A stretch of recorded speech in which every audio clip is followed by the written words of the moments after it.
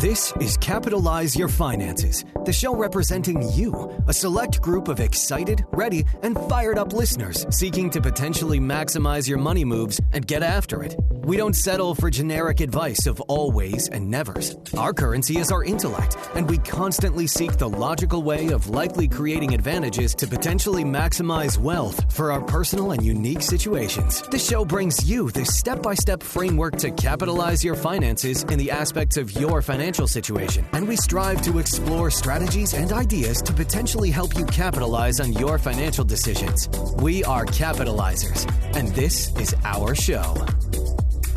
Welcome back to Capitalize Your Finances. As always, I'm your host, Christopher A. Paniocci, the Cap in Capitalize. And today, I am ecstatic to bring you not only a successful podcaster, one of the top podcasters in the world, John Lee Dumas. Now, when I reached out to John reached back and said, hey, I've got 15 minutes to give you. We were introduced to each other by an amazing common friend.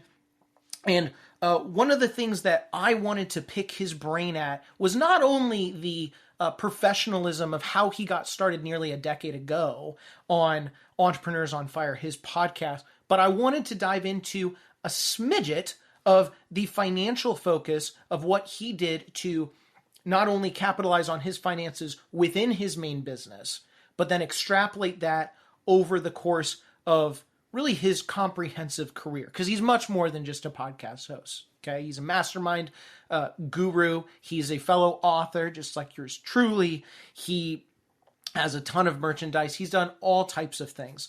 And one of the major takeaways that I want you all to be thinking about as you're listening to this rapid fire interview, we milked every second of the 15 minutes that we had for him. And I think we even rounded up to 16 because I think he liked us. But one of the things I want you to think about as you're going through is, okay, especially if you run a business and you are reinvesting in that business, there comes that point where you need to think about maybe taking some of those distributions and spreading that. Yes, we talk about diversification all day long, but mission critical, there's more to it than just saying you need to diversify. And so with that, I'm going to stop. We are going to dive into the interview, and welcome to Capitalize Your Finances as an Entrepreneur on Fire with John Lee Dumas. Let's get it. John Lee Dumas is here with us today on Capitalize Your Finances, the Entrepreneur on Fire. JLD, welcome to the show. Christopher, thanks for having me. As I was telling you pre-interview chat, the sun is shining, the birds are singing in Puerto Rico. Life is good. Life is fantastic. Well, I know time is of the essence, and we want to utilize and capitalize on the time we have with you. So let's dive on in. For our capitalizers at home, enlighten them on what was the moment that inspired you to go all in on Entrepreneurs on Fire. So I was a listener of podcasts for a couple of years. I always loved to have them on in the background when I was doing just kind of basic work on the computer. Whenever I go for a walk or a run or a drive, I would just always have podcasts on, just listening. So I loved the platform. And then actually it was on a podcast. I remember somebody said, what do you hate most about the industry you love the most? Do that. And I was like, oh, that's good. What do I hate most about podcasting? I'm like, not really anything. I go, but I will say that one of the things I find myself complaining about the most is the fact that the shows that I love come on once a week, twice a month, and I feel like I have to wait a full week to 2 weeks before the next episode comes live, and it's just like, I want that Netflix. I want to like binge the shows that I love. I go, where's that daily podcast interviewing entrepreneurs? Christopher, it did not exist, so I capitalized on that opportunity. I said, I'm going to be the first daily podcast interviewing entrepreneurs. And guess what? The day that I launched, Entrepreneurs on Fire was the best daily podcast interviewing entrepreneurs. It was the worst daily podcast interviewing entrepreneurs. It was the only daily podcast interviewing entrepreneurs. So I like to tell people, hey, don't worry about the competition. Just choose something that competition doesn't exist, and you'll automatically be number one. Yeah, it's both a very high bar and low bar, right? And so once you knew your calling, obviously I love your book, by the way. Okay. I've read it many, many times. Okay. So once you got the podcast going, talk to us briefly about the game plan, but more importantly, how did that original game plan and what about that original game plan shifted? Was this for the podcast? Yes. So when I first launched, it was kind of like one of these things of, where am I going to find the guest to do a daily show? Where am I going to find the number of ideas to have things to talk about? Like, these are all kind of like questions that I was having that, frankly, nobody had the answers to because it had never been done before. And pretty quickly, I found a couple openings and a couple opportunities that really kind of made the answers to those questions obsolete very quickly. Number one, to start with the second question I had first, was like, what are we going to talk about? I'm like, well, what are like the 5 or 6 questions that I always want successful entrepreneurs to answer? And I sat down, I literally wrote out six questions that I, as a listener, always wanted my guests or the guests on the podcast to be answering that very rarely were even asked. So I wanted to ask those 6 questions. And then I wanted to have like this really cool kind of final lightning round type atmosphere where I asked like 4 or 5 short, quick, snappy, but really cool and valuable questions to get like best book, best resource, best quote, like those kind of things. Sure. So that was really my answer to the second part of what I was struggling with, is like, what am I going to talk about every single day? And then the first part was like, where am I going to find my guests? And I remember one day being like, wait a second. There's entrepreneur conferences that are happening every week, every month of the year. And there are speakers at those conferences that are jumping in a car or a plane, some of them flying halfway to all the way across the country to stay in a crappy hotel to speak for 45 minutes on stage in front of 50 to maybe 200 people.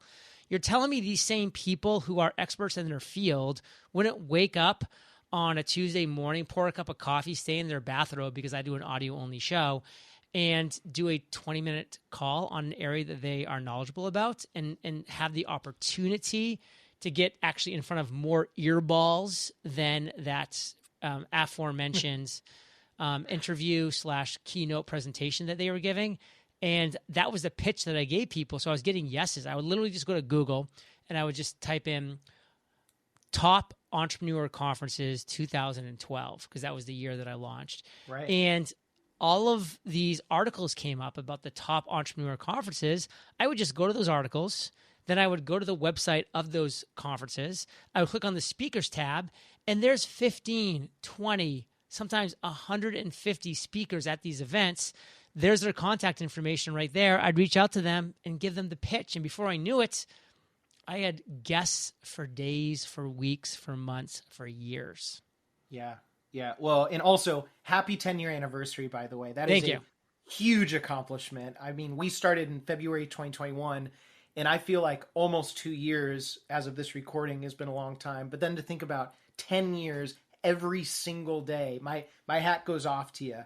And times have changed since you did that now, because I mean, nowadays, if you tried that, I can only imagine how much more difficult, because frankly, COVID, I mean, that kind of put a positive monkey wrench in the events. But then if everyone's going on a podcast, time gets super valuable. So neither here nor there. So going back to your podcast, so turning the corner financially, because this is a financial show, what were some of the steps that you took to capitalize on your finances to make sure that you didn't go backwards once you knew that you weren't financially screwed? So that's something that a lot of people ask when they first get into the entrepreneurial game, specifically the podcasting game, because it's not super simple to just monetize a pure podcast itself. You need to say to yourself, really, this question, and if you can answer this question, which is what I go over quite a bit in the book as well that you mentioned earlier, is how can you be the number one solution to a real problem in this world? So with me asking that question to myself early on in the podcasting days, saying, okay, I had this audience, Fire Nation. They're the listeners to my podcast. How can I be the number one solution to their real problems? Not just everyday problems, because it might not be a painful enough problem. It needs to be a real, painful, problem, obstacle, challenge.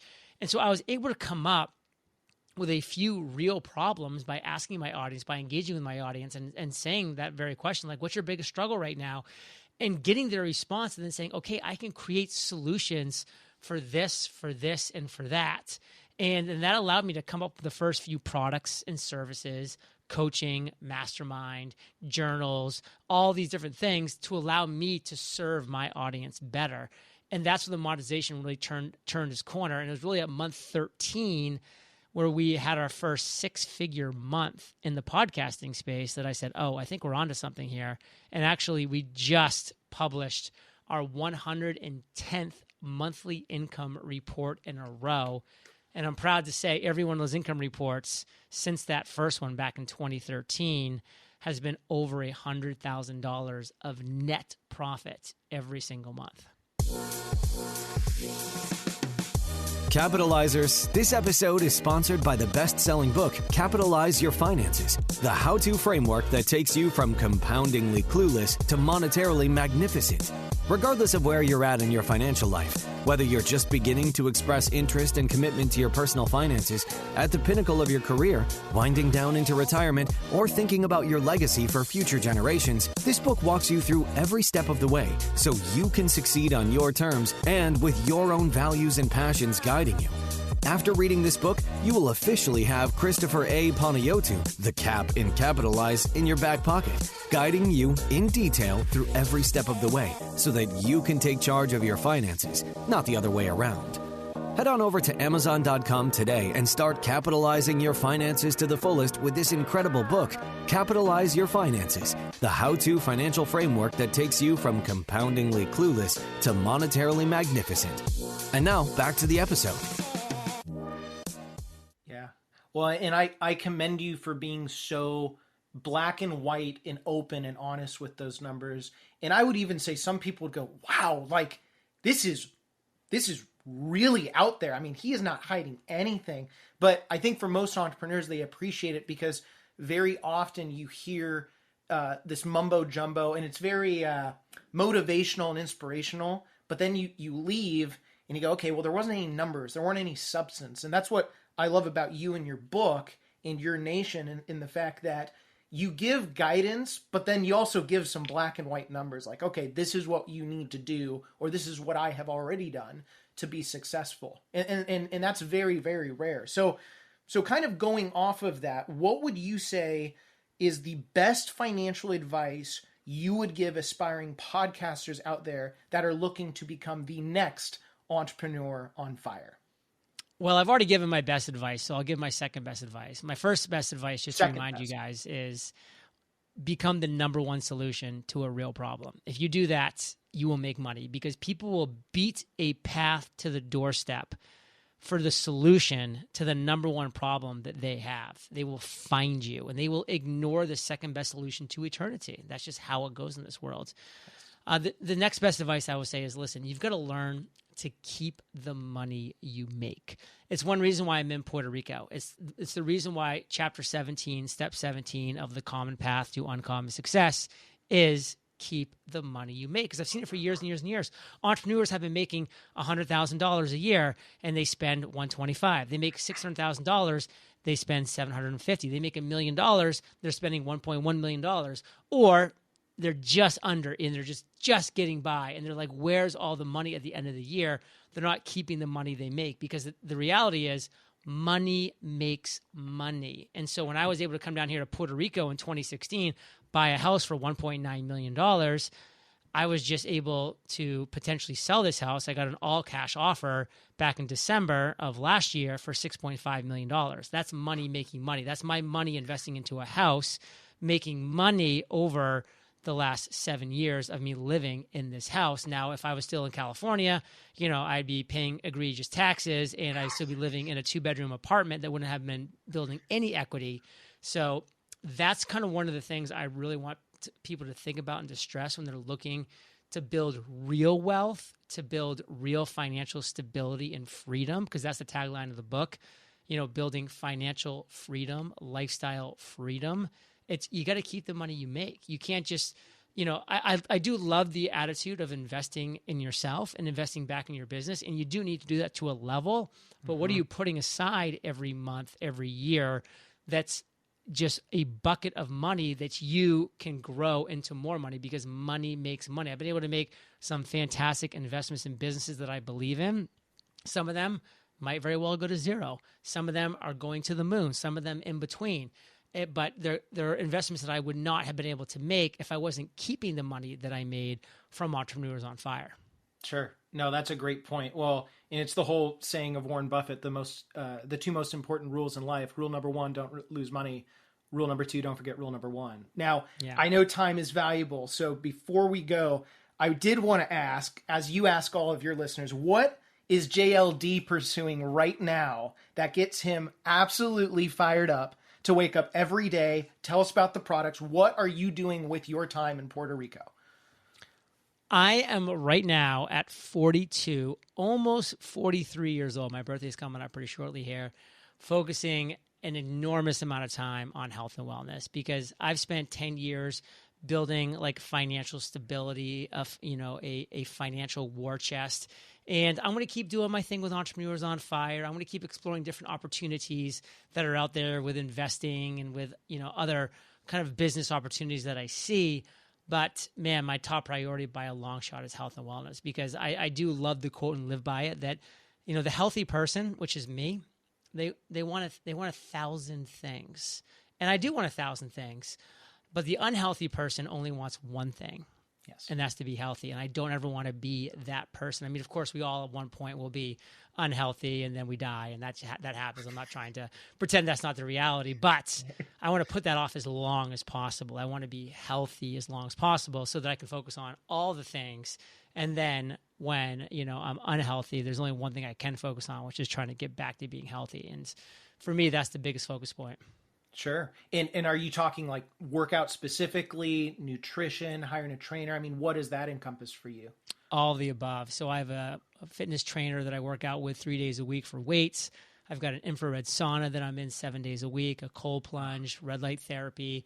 I'm walking 6 miles a day to get my 10,000 steps. I play pickleball to get a little bit of cardio and, to keep my competitive spirit going up. And, I have stretching, and, I make sure that I do all the things. And then on the nutrition side, of course, I've got a very specific nutrition plan that I have really fun cheat days with. Absolutely. Because I'm trying to live, a fun, full life, but 80+% of the time I'm putting the right things in my body.